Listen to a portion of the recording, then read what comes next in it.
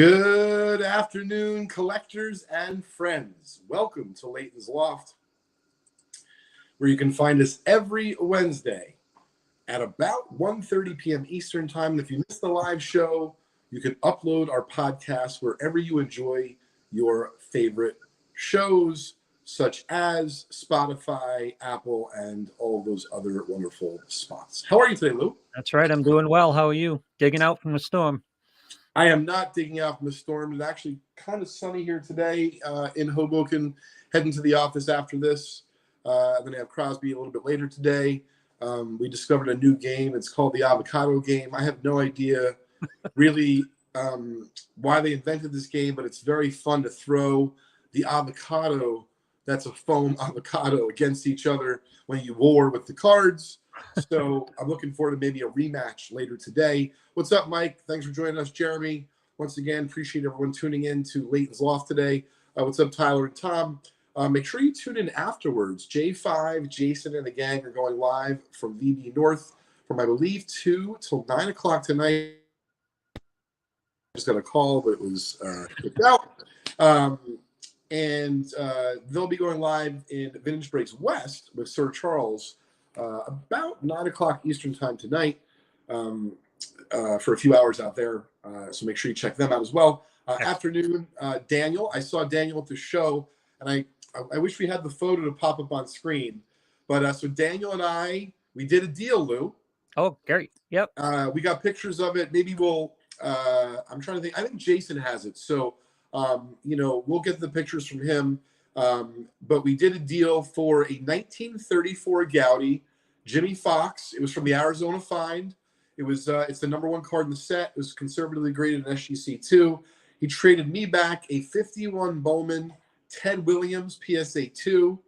Tried to kind of work me over on the value. Let's be honest, Dan. Wow. But the joking aside, and then threw in a couple $100, with the Teddy ball game, and I know it's going to a good home. And plus, I think it is cool that the provenance of the card.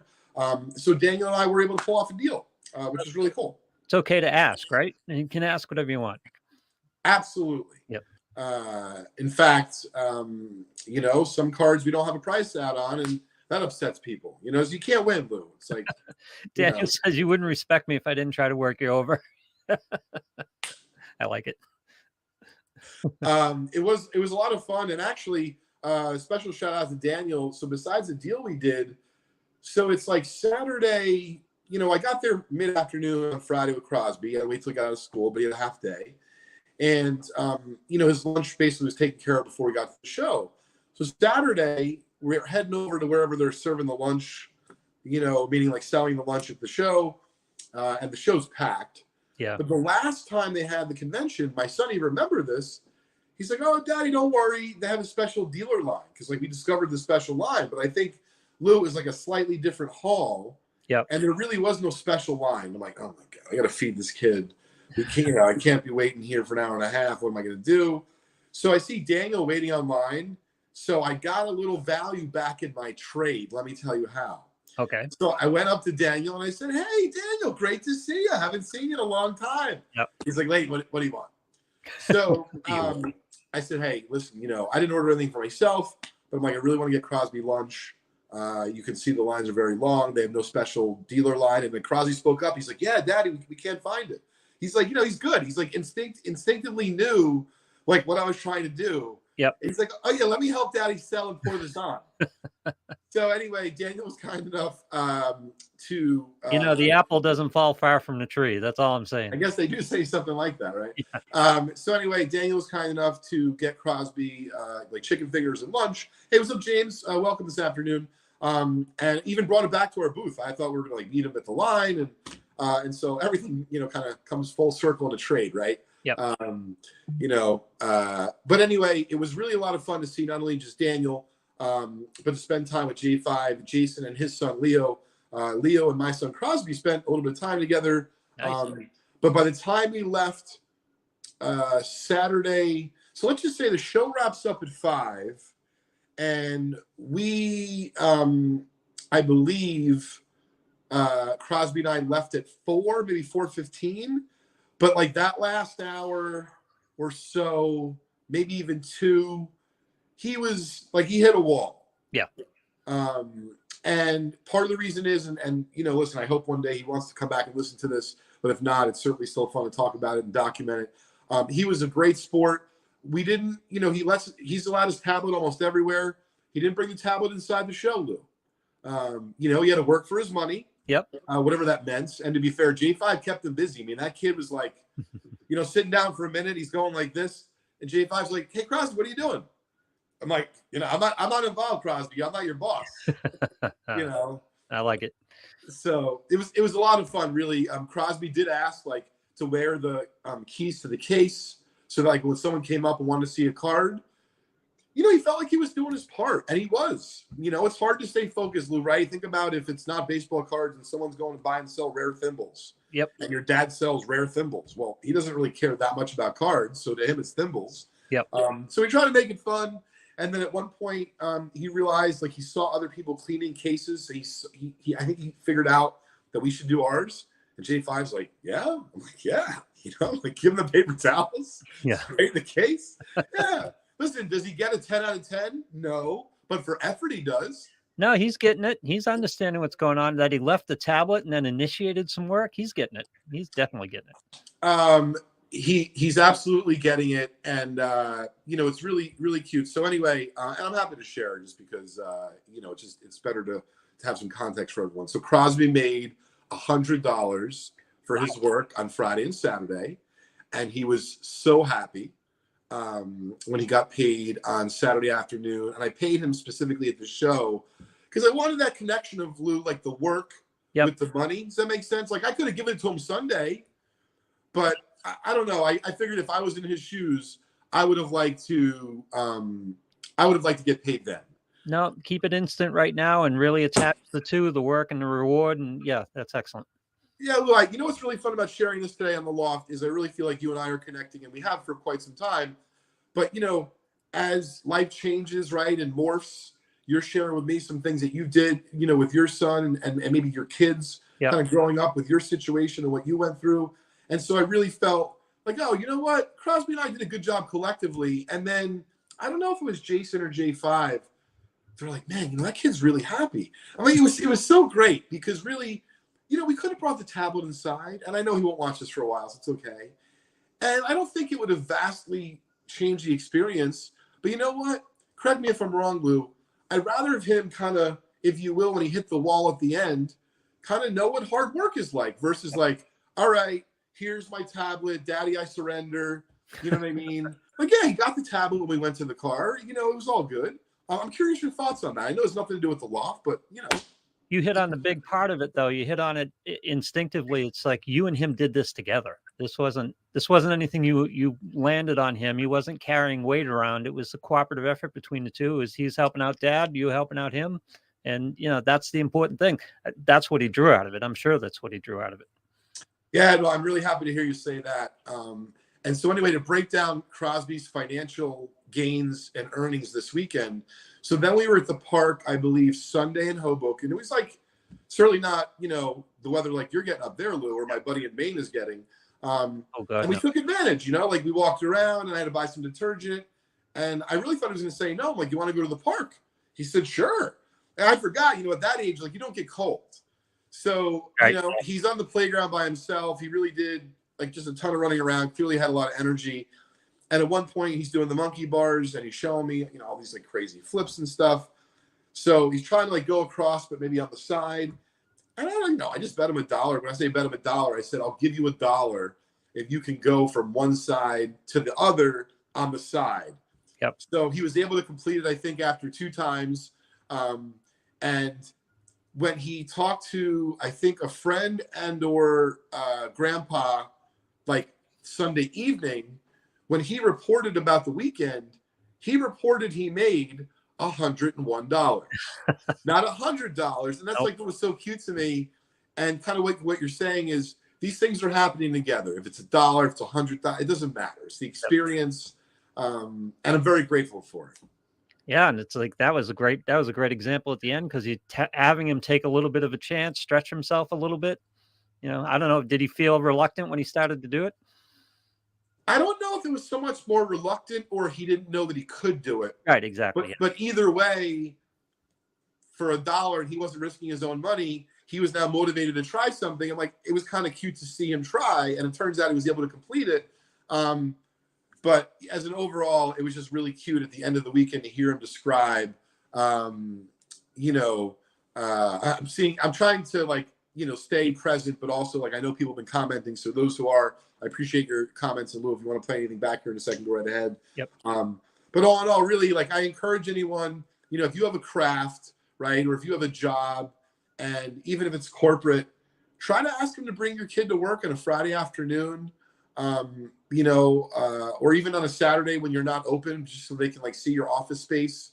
Because I can tell you, like, I try to leave him at the booth every time I walked away. Yep. And I know some of it's in separation anxiety, but some of it's like, hey, I want to see what daddy's doing. And he came back to the booth and he does lots of cute things, which I'm sure everyone's kids do. But one of them is he'd be like, hey, what do you think about Jeff's booth? I'm like, Jeff? Who's Jeff? He's like, the guy's booth we were just at. I'm like, his name's Jeff? And he's like, yeah, he's wearing a name tag. Oh, okay. Meanwhile, like, I don't know him. He likes to pay attention like that. Excuse me. And there was another booth. Shout out to Kurt and Brian Deck. So, they treat Crosby like really fun, meaning like they joke around and they have a good time. And last time they really made him laugh, so much so that there was really not many people besides like J5 that Crosby asked about at the show. So, one of them was Kurt. And I was like, I don't understand. He's like, no, Daddy, he's very funny. And I remember like something funny happened. So I think it was really cute because we went back to Kurt's booth a few times and he was busy. And I tried to show him, hey, like this is what he does a little bit what Daddy does. He's busy right now. He's like, oh, we could just go say hi. I'm like, no, that's not appropriate. We'll wait until he's not busy. And we had to go a few times. I mean, that's how busy it was. But shout out to both Kurt and Bri because when they weren't busy and we went over there, they weren't just like, because I had plenty of other people who did this. And I don't care. I just want my son to have the best time possible. Other people just going, hey. Other people don't even pretend I'm holding someone's hand. It's like, oh, hey, Leighton. Yep. It's all good. So anyway, they like, they're wide-eyed and bushy-tailed and they're smiling and like they're saying hi to Crosby, having a good time. And I realize now, Lou, he's going to remember that. So like, we don't know how many conventions we go to. Is it going to be 11? Is it going to be 4? Is it going to be 100? But these things make an impression. And so, my point is like, hey, Crosby's not going to forget. He may not know Daniel's name. I'm actually going to tell him it's your dip because I think it's funnier. Yep. But Crosby knows that one of Daddy's customer friends got him lunch, and he doesn't still quite understand why. Because, like, he's 8. So, he's like, did you pay him? Because when I gave him the money, he was curious if I paid him. Yeah. I'm like, I did. I gave him money for your food. He's like, oh. Because he's thinking, well, it's not Mommy or Daddy. It's not J5. I don't really know this person. I don't understand why he's getting. I mean, like, he's not a waiter. Maybe Daniel is a waiter. I don't know. But that's part of the big lesson here. And the big lesson that I think is so important is that you get kids outside of themselves and their own needs and their own perceptions. There's other stuff going on. There's the business. There's J5 to deal with. There's other people at the show. Like there's a community outside of his world and what he needs and what he wants. And he's respecting it. You can see him respecting it in a number of different ways. Lou, I wish we were up. I would love to grab lunch after this and talk probably for a couple hours on a nice, Wednesday afternoon. Yeah. But we will catch up soon enough offline. But you're right, Lou. It's really, this episode today, you can see is so much more than cards. It's so much more than, for myself as an individual, but it's really as a father. And I encourage everyone, if you come to the show, even like Daniel didn't bring any kids, but you know what? He still immersed himself in the experience. He helped out a buddy. Which, meaning like helping out Crosby. Yep. And all in all, we helped him out. He got a nice fair deal. And so kind of bringing it back to center, I wanted to give the Philly report. Show was swamped. Michael Rubin shows up out of nowhere. And really on Saturday, we're starting to take notes on these shows. It really followed the same pattern as last show in December at Philly. So last show in December, Friday was busy, not bad. Right. And you're thinking like, oh man, I hope it gets better though. And because you're thinking Saturday's a big day. Well, Saturday was swamped. Yep. Saturday was busier this time, and Saturday was really busy last time in December. I have to get the floor report from J5. Maybe if he has a minute, I'll hop on. But all in all, the traffic was great. In terms of what was selling, I want to give you a bird's eye view from the floor of what I think, at least for vintage. Cards, Lou, in that, call it, I don't know if it's quite 200, but 150, maybe $200 and south. Yep. Of graded vintage sold very fast. And I'll tell you how I know this. Because I would go and I filmed some content, which will be in our future new YouTube channel, Vintage Cards TV. Look out for that coming soon to a YouTube channel near you. Hey, what's up, Nick? What's going on, Tyler? Anyway, I would go buy cards, meaning I would do like a couple rows. And so I would go buy cards and I would film maybe some content of buying these cards. And then I would go and tell Jason, hey, I'll come back and get you a little bit. Yep. And I would go back to the next row over like a half hour, an hour later. And the cards that I was looking at or eyeing were gone. Yeah. I did a podcast Friday night with my with my friend Jeremy Lee. Shout out to his podcast, Sports Card Live. Check him out. He has several every week. You can catch me generally every Saturday night for Vintage Spotlight at 10:30. Mm-hmm. However, we did something really fun, Lou. I didn't have time for trading card therapy, as you saw on social media. So I just said, hey, the doctor's out seeing patients. And I did a live recap from the show, meaning, Philly, Friday night from the hotel room. We talked all about it. Didn't certainly get us nearly in depth about Crosby. But one of the things we were talking about was the stuff I saw at the show. And I had mentioned I had saw a really great signed Sports Illustrated of The Shot by Michael Jordan. Oh. I went back the next day, gone. Oh, wow. And, several $1,000s. So, putting aside the Jordan for a minute, I think that the reason why these cards are briskly selling at 150 to 200 and under is, I think, first of all, you may not believe it. Obviously, the economy's crazy right now, banking. I don't know what's going on in the world. Hey, what's up, Jim? But people still want to feel good, right? So instead of buying $1,000 Clemente, they're like, you know what? I'm gonna work on my late 60s Clementes. You can get a 67 Topps Clemente PSA 4 for like $100. Yeah. Let me tell you something. To my son, he knows these are the baseball players he knows: Roberto Clemente, Jackie Robinson, Mickey Mantle, and Babe Ruth. Okay. And we read a book on Honus Wagner. Well, he's not getting any Honus Wagners, right? Yep. Leighton get a phone call.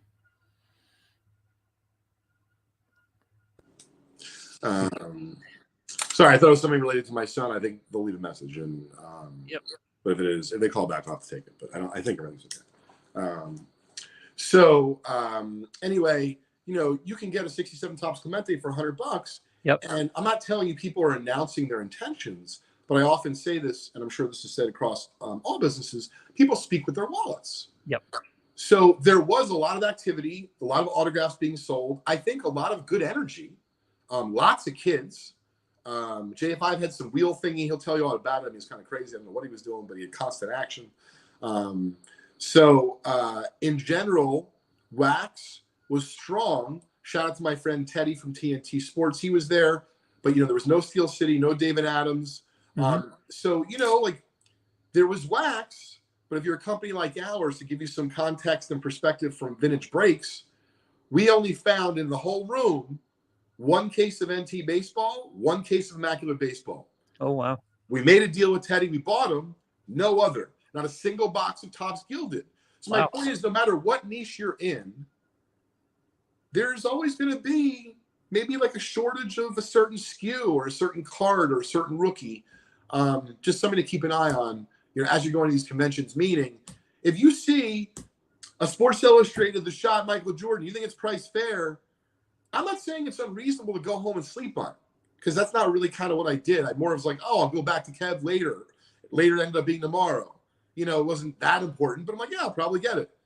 And I'm like, oh, it's gone. Wait a minute. That was a pretty good deal. So point is, if you want to sleep on it, and sleeping on it means just do the research, step out of the room if the internet's not working right. Go into your car, go on your phone, whatever you need to do. do your research, go back in and execute. That's one of my biggest takeaways of the show, because things are still brisk enough.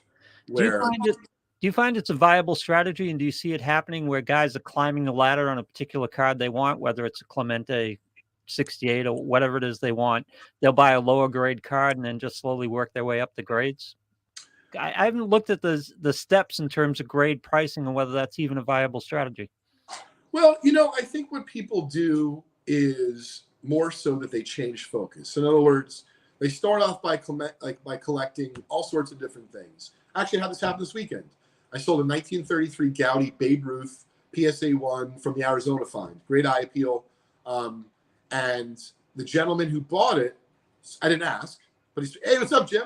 He specifically said to me, hey, I sold, because I asked him, was making an offer, Lou. I said, all right, well, if you give me that amount plus trade. He's like, I don't have any cards. So, he made an offer of a little bit more. Yep. I'm like, great. I'll do that maybe with some trade. He's like, no, I sold off all my cards. I'm like, what do you mean you sold off all your cards? He's like, I sold off all my cards to go after goats. So I often see this both from collectors, investors, and even a little bit dealers, right? People liquidate a particular niche or a little pocket of inventory or material or things they've accumulated because for one reason or another it doesn't serve their interest anymore, and there's money tied up in that. And so kind of to your point, Lou, maybe someone decides this is a good idea, but then next year they get a raise at work. Yep. And they're like, I don't really want to have 17 different Clemente cards. You know what I'm going to do? I'm going to sell them all. I'm going to buy the best Clemente rookie I can afford, meaning I'm going to sell all my Clementes. I'm going to put 1,000 extra into cash, and now I'm going to buy the best Clemente rookie I can have. And it's not right or wrong. It just is. Yep. And you're right, Lou. I think it depends on the person. Yeah, because with the appreciation, it seems like a good strategy, though, because with the appreciation of the cards, you get a little bit more financially able a year or two down the line. That card has gone up in value, cashed in towards the higher grade card. And you could do it in increments. You don't have to go from a 2 to an 8, for example. You can walk your way up. Yeah, exactly. I mean, it depends on the card, depends on the grade. Excuse me. And speaking of cards in the grade at the Philly show, I did want to mention. So I ended up picking up a really cool boxing card from 1948 Leaf of Jack Johnson. And if you don't know anything about Jack Johnson, believe me, I'm no expert. Google it or Google him. But he was a very influential. He was a fantastic boxer with a really storied background. He fought bare knuckled at points. In some of those types of fights that lasted, without exaggeration, 30 or 40 rounds. He's in the Boxing Hall of Fame, and really, I would love to buy a 9. That's what I'd like, but the 9, I think there's only a handful. It was actually a dealer who was set up across from me. His name is Ashish. He's a great dealer. We ended up chatting a bunch, before I ended up taking off on Saturday late afternoon. But in regards to the actual Jack Johnson card, we were able to strike a deal, and I bought it for several reasons. One, something was really cool. 2, because to me, in terms of value, if you were looking at like the best single card out of the 1948 Leaf baseball set, or the best single card out of the 1948 Leaf football set, to get that card in a PSA 8 would likely cost you thousands, if not tens of thousands of dollars. Because in 48 Leaf, and I'm not even counting the short print Satchel Paige, but like the Jackie or the Ruth in an 8, I mean, big time money. I'm not saying Jack Johnson's Babe Ruth or Jackie Robinson, but if you go to the 1948 Leaf football set, whether it be it's the Sammy Ball rookie or the Chuck Bednar rookie, great all-time Hall of Famers. I'm not saying they're Jack Johnson or vice versa, but you catch my drift. To me, and this is like the next point, I'm not necessarily the hugest fan of UFC. I would go to fights if I had more time and the tickets didn't cost like a second mortgage. Yeah. But I understand that at least in terms of like the lineage and the history, if boxing ever goes away, so be it. I hope it doesn't. I'm not a huge boxing fan, but I enjoy it. Boxing gave birth to the UFC. And so to me, whether it be now at 10 years in the future, or if it's never, so be it. I just think it's a super cool card. But I felt like it had all the forces coming together and the affordability. So in terms of what I paid, I don't want to misquote. I think I paid $850 or $900 for it. It was tagged a little bit higher. What's up, Ken? And so I decided to go for it, and we'll hang on to it for quite some time.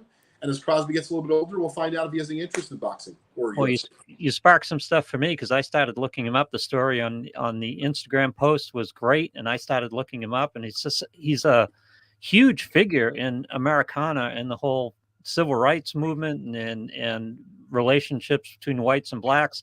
It's a fascinating story. It's a great story, and I wasn't aware of it. So thanks for bringing that to my attention. Listen, it's my pleasure. Kudos to Jason. Joined our team a few weeks ago.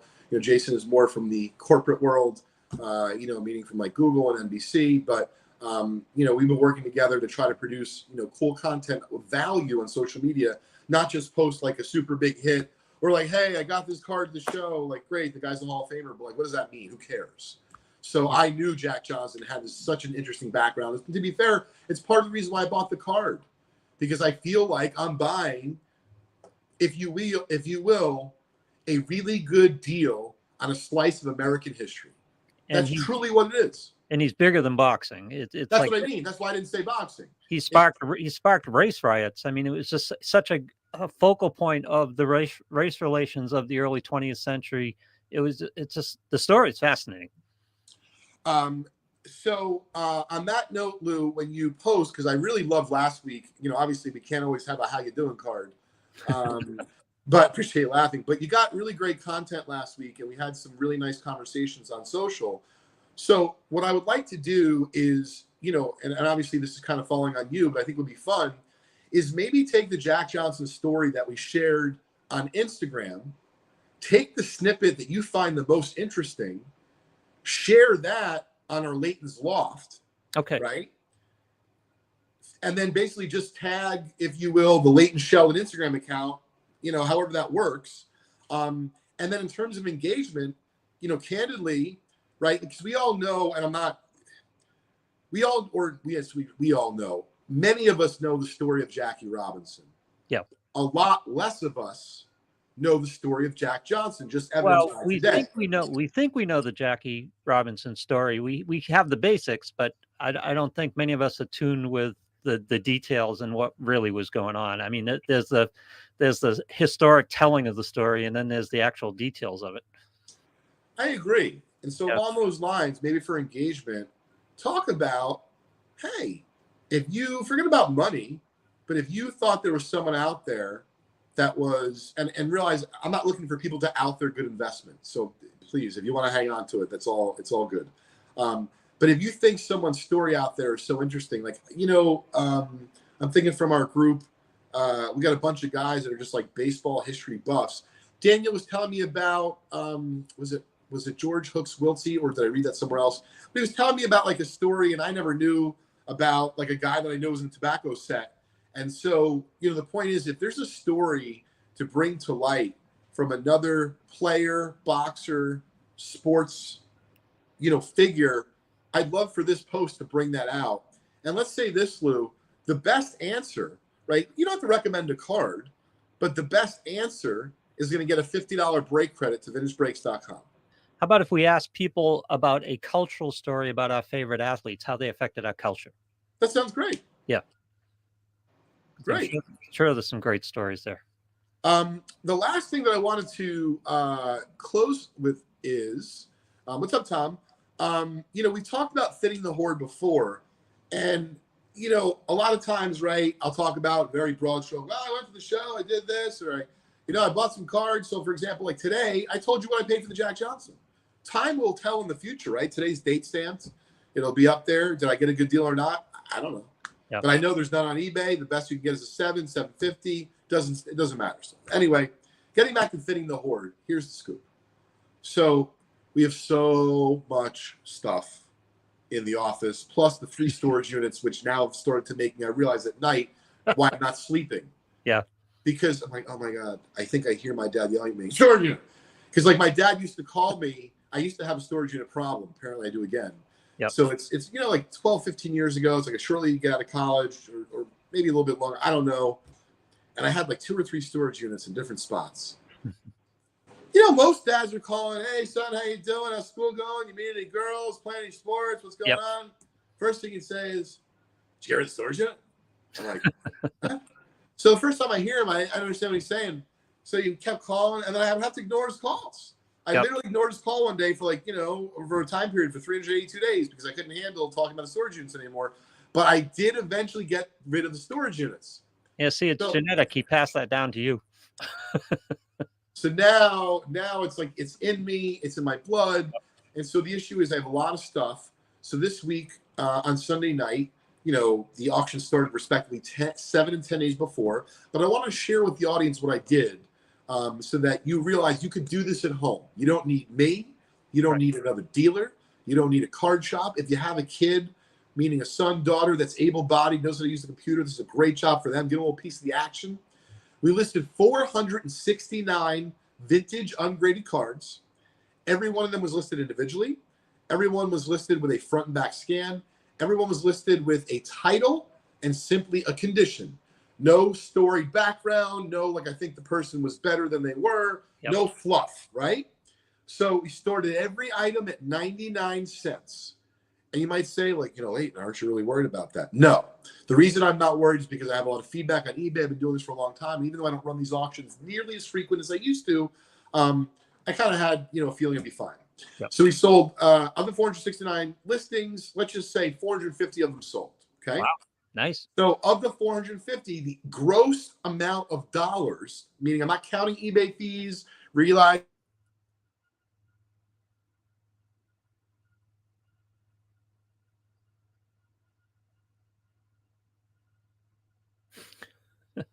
No, Jeff, I'm not the type of guy who has a storage unit problem. Not yet, although I could certainly get a storage unit problem if I need to.